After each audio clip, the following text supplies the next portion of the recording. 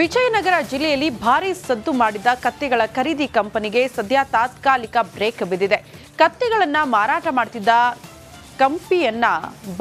ಆ ಕಂಪನಿಯನ್ನ ಬಾಗಿಲು ಹಾಕಿದ್ಯಾಕೆ ಅಂತೀರಾ? ಈ ಸ್ಟೋರಿ ನೋಡಿ.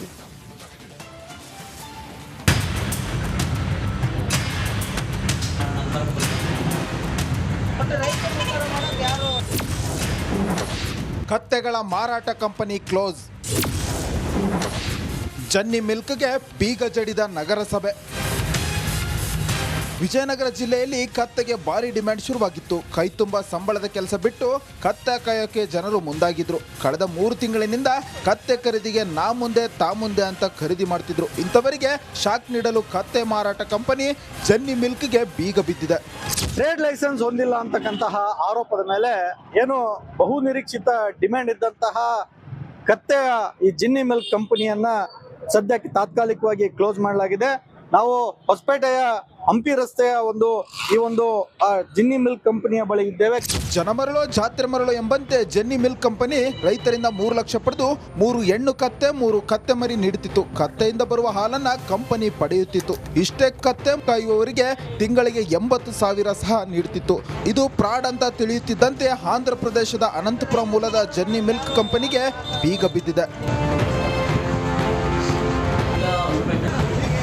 ಕತ್ತೆ ಸಾಕಲು ಮುಂದೆ ಬರುವವರಿಂದ ಲಕ್ಷ ಹಣ ಪಡೆದು ಬಾಂಡ್ ಮೇಲೆ 3 ವರ್ಷದ ಅಗ್ರಿಮೆಂಟ್ ಶ್ಯೂರಿಟಿ ಬರೆದುಕೊಡ್ತಿದ್ದ ಕಂಪನಿಗೆ ಹೊಸಪೇಟೆ ನಗರಸಭೆ ಶಾಕ್ ನೀಡಿ ಬೀಗ ಮುದ್ರೆ ಜಡಿದಿದೆ. ಕತ್ತೆ ಸಾಕಾಣಿಕೆ ಬಿಸ್ನೆಸ್ಗೆ ಸದ್ಯ ಬ್ರೇಕ್ ಬಿದ್ದಿದೆ. ಲಕ್ಷ ಹಣ ಕೊಟ್ಟ ರೈತರ ಹಣ ವಾಪಸ್ ಬರುತ್ತಾ? ಜಿಲ್ಲಾಡಳಿತ ಈ ಬಗ್ಗೆ ಗಂಭೀರ ಯೋಚನೆ ಮಾಡಬೇಕಾಗಿದೆ.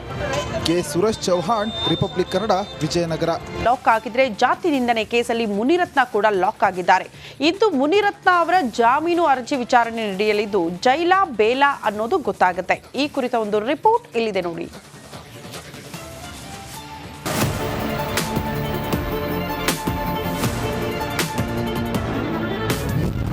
ಇಂದು ಮುನಿರತ್ನ ಜಾಮೀನು ಅರ್ಜಿ ವಿಚಾರಣೆ. ಕುರುಕ್ಷೇತ್ರದ ನಿರ್ಮಾಪಕನಿಗೆ ಜೈಲಾ ಬೇಲಾ. ಎಂತಹ ಬಂದ ಅದೆಂತಹ ಅನುಬಂಧ ನೋಡ್ರಿ. ಕೊಲೆ ಕೇಸ್ನಲ್ಲಿ ದರ್ಶನ ಜೈಲಿಗೆ ಹೋಗ್ತಾ ಇದ್ದಂತೆ RR ನಗರ ಶಾಸಕ ಮುನಿರತ್ನ ಕೂಡ ಜಾತಿ ನಿಂದನೆ ಕೇಸ್ನಲ್ಲೇ ಪರಪ್ಪನ ಅಗ್ರಹಾರವನ್ನ ಸೇರಿದ್ದಾರೆ. ಇವತ್ತು ಮುನಿರತ್ನ ಸಲ್ಲಿಸಿರುವಂತಹ ಜಾಮೀನು ಅರ್ಜಿ ವಿಚಾರಣೆ ಕೂಡ ನಡೆಯಲಿದೆ.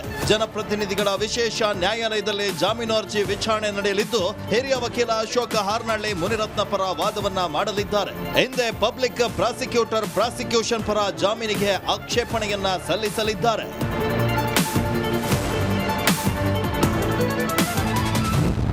ಸೆಂಟ್ರಲ್ ಜೈಲಲ್ಲೇ ಮಾವ ಅಳಿಯ ಲಾಕ್. ಹಿಂದೆ ಪ್ರಜ್ವಲ್ ಹಾಗೂ ಸೂರಜ್ ಪರಪ್ಪನ ಅಗ್ರಹಾರವನ್ನ ಸೇರಿದ್ರು. ಈಗ ಶಾಸಕ ಮುನಿರತ್ನ ಹಾಗೂ ತಂಗಿ ಮಗ ದೀಪಕ್ ಜೈಲಲ್ಲಿದ್ದಾರೆ. ರೇಣುಕಾ ಕೊಲೆ ಕೇಸ್ನಲ್ಲಿ A13 ಆಗಿರುವಂತಹ ದೀಪಕ್ ಪರಪ್ಪನ ಅಗ್ರಹಾರದಲ್ಲಿದ್ದಾನೆ. ಈ ಮೂಲಕ ಸಂಬಂಧಿಗಳಿಬ್ಬರು ಪರಪ್ಪನ ಅಗ್ರಹಾರ ಜೈಲ್ ಸೇರಿದ್ದಾರೆ. ಇವತ್ತು ಮುನಿರತ್ನ ಜಾಮೀನು ಅರ್ಜಿ ವಿಚಾರಣೆ ನಡೆಯಲಿದ್ದು ಜೈಲಾಗುತ್ತಾ ಅಥವಾ ಬೇಲಾಗುತ್ತಾ ಅನ್ನೋದು ಕಾದ್ ನೋಡಬೇಕಿದೆ. ನಾಗರಾಜ್, ರಿಪಬ್ಲಿಕ್ ಕನ್ನಡ, ಬೆಂಗಳೂರು.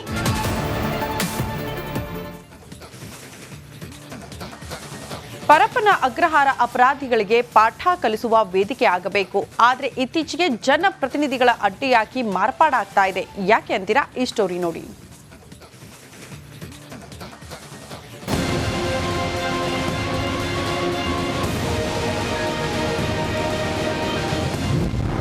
ರಾಜಕೀಯ ನಾಯಕರ ಆಶ್ರಯ ತಾಣವಾಯ್ತ ಜೈಲು.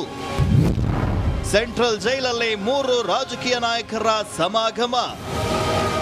ಈ ಮೊದಲು ಪರಪ್ಪನ ಅಗ್ರಹಾರ ಅಂದ್ರೆ ಸಾಕು, ಕೈದಿಗಳಲ್ಲದೆ ಆರೋಪಿಗಳು ಕೂಡ ಬೆಚ್ಚಿ ಬೀಳ್ತಾ ಇದ್ರು. ಅಲ್ಲಿನ ನರಕಯಾತನೆ ಯಾರಿಗೂ ಬೇಡ ಅಂತ ವಿಲವಿಲ ಅಂತ ಒದ್ದಾಡ್ತಾ ಇದ್ರು. ಆದ್ರೆ ಈಗ ಕಾಲ ಬದಲಾಗಿ ಹೋಗಿದೆ. ಜನರಿಗೆ ಮಾರ್ಗದರ್ಶನ ನೀಡಬೇಕಾದ ಜನಪ್ರತಿನಿಧಿಗಳೇ ಪರಪ್ಪನ ಅಗ್ರಹಾರದತ್ತ ಹೆಜ್ಜೆಯನ್ನ ಇಡ್ತಾ ಇದ್ದಾರೆ. ಹೀಗಾಗಿ 3 ಪಕ್ಷದ ರಾಜಕೀಯ ನಾಯಕರು ಈಗ ಸೆಂಟ್ರಲ್ ಜೈಲ್ ಪಾಲಾಗಿದ್ದಾರೆ. ಪರಪ್ಪನ ಅಗ್ರಹಾರ 3 ರಾಜಕೀಯ ಪಕ್ಷಗಳ ಆಶ್ರಯ ತಾಣವಾಗಿದೆ. ಬಿಜೆಪಿ, ಕಾಂಗ್ರೆಸ್ ಹಾಗೂ ಜೆಡಿಎಸ್ ನಾಯಕರು ಜೈಲಲ್ಲಿ ಸಮಾಗಮವಾಗಿದ್ದಾರೆ. ಕಾಂಗ್ರೆಸ್ನಿಂದ ವಾಲ್ಮೀಕಿ ನಿಗಮದಲ್ಲಿ ನಡೆದ ಹಗರಣದ ಕೇಸ್ನಲ್ಲಿ ಬಿ ನಾಗೇಂದ್ರ ಲಾಕ್ ಆಗಿದ್ದಾರೆ. ಏನೋ ಜಾತಿ ನಿಂದನೆ ಕೇಸ್ನಲ್ಲೇ ಬಿಜೆಪಿ MLA ಮುನಿರತ್ನ ಕೂಡ ಬಂಧನವಾಗಿದ್ದಾರೆ. ಮುನಿರತ್ನ ಪರಪ್ಪನ ಅಗ್ರಹಾರ ಸೇರೋ ಮೂಲಕ 3 ಪಕ್ಷದ ನಾಯಕರು ಜೈಲು ಸೇರಿದಂತಾಗಿದೆ. ಜನರಿಗೆ ನೀತಿ ಪಾಠ ಮಾಡಬೇಕಿದ್ದ ನಾಯಕರೇ ಹೀಗೆ ಜೈಲ್ ಪಾಲಾದ್ರೆ ಜನಸಾಮಾನ್ಯರ ಗತಿ ಏನು? ನಾಗರಾಜ್, ರಿಪಬ್ಲಿಕ್ ಕನ್ನಡ, ಬೆಂಗಳೂರು.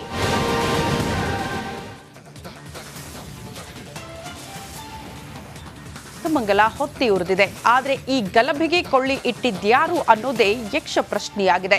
ಬೆಂಕಿ ಹಿಂದೆ ಕೇರಳ ಪಿಎಫ್ಐ ನಂಟಿರೋದು, ನಿಷೇಧಿತ ಪಿಎಫ್ಐ ನಂಟಿರೋದು ಮತ್ತಷ್ಟು ದಟ್ಟವಾಗ್ತಾ ಇದೆ. ಕೇವಲ ಕೇರಳ ಮಾತ್ರ ಅಲ್ಲ, ಬಾಂಗ್ಲಾದೇಶಿ ಭೂತದ ಕೈವಾಡ ಇರೋ ಬಗ್ಗೆ ಮಾಜಿ ಶಾಸಕರೊಬ್ಬರು ಬಾಂಬ್ ಸಿಡಿಸಿದ್ದಾರೆ. ಈ ಕುರಿತ ಒಂದು ರಿಪೋರ್ಟ್ ಇಲ್ಲಿದೆ ನೋಡಿ.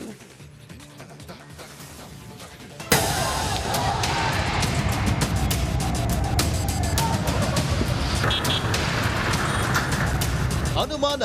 ನಾಗಮಂಗಲ ಗಲಭೆ ಹಿಂದೆ ಅನುಮಾನದ ಹೊಗೆಯಾಡ್ತಾ ಇದೆ. ಕತ್ತಲ ರಾತ್ರಿ ಕೊಳ್ಳೆ ದೆವ್ವಗಳ ಹಿಂದೆ ಕೇರಳದ ಪಿಎಫ್ಐ ಕೈವಾಡ ಇರುವಂತಹ ಶಂಕೆ ಮೂಡಿದೆ. ಬೆಂಕಿ ಹಿಂದೆ ಬಾಂಗ್ಲಾದೇಶದ ಭೂತಗಳಿರೋ ಪ್ರಶ್ನೆ ಹುಟ್ಟಿದೆ. ನಾಗಮಂಗಲ ಬೆಂಕಿ ಹಿಂದೆ ಬಾಂಗ್ಲಾದೇಶದ ಭೂತ. ಮಾಜಿ ಶಾಸಕ ಸುರೇಶ್ ಗೌಡ ಬಿಗ್ ಬಾಂಬ್.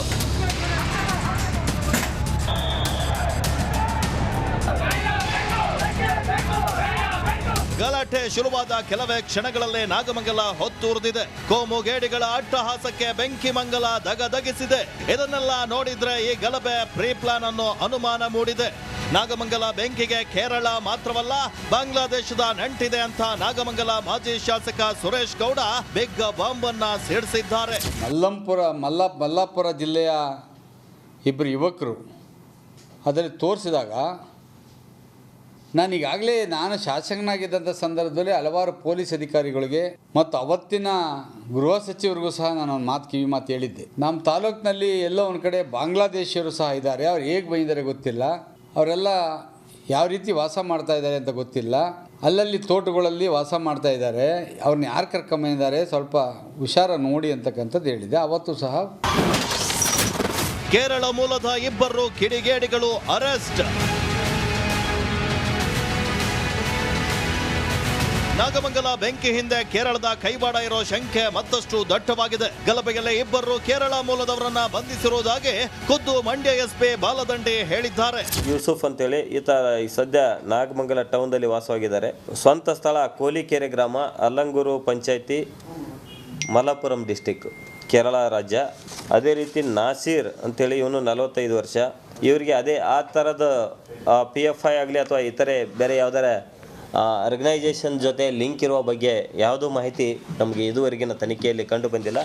ಆದರೂ ಸಹಿತ ನಾವು ಈ ಬಗ್ಗೆನೂ ಸಹಿತ ಹೆಚ್ಚಿನ ಒಂದು ತನಿಖೆಯನ್ನು ಮಾಡ್ತಾ ಇದ್ದೀವಿ. ಅದೇನೇ ಇರಲಿ, ಬೆಂಕಿ ಇಲ್ಲದೆ ಹೊಗೆಯಾಡಲ್ಲ. ಅದಕ್ಕಿಂತ ಹೆಚ್ಚಾಗಿ ಕೊಳ್ಳೆ ಇಲ್ಲದೆ ಬೆಂಕಿ ಹೊತ್ಕೊಳ್ಳಲ್ಲ. ಆದ್ರೆ ಇಲ್ಲಿ ಕೊಳ್ಳೆ ಇಟ್ಟವರ್ಯಾರು ಅನ್ನೋದೇ ಇನ್ನೂ ನಿಗೂಢ. ಆನಂದ್, ರಿಪಬ್ಲಿಕ್ ಕನ್ನಡ, ಮಂಡ್ಯ.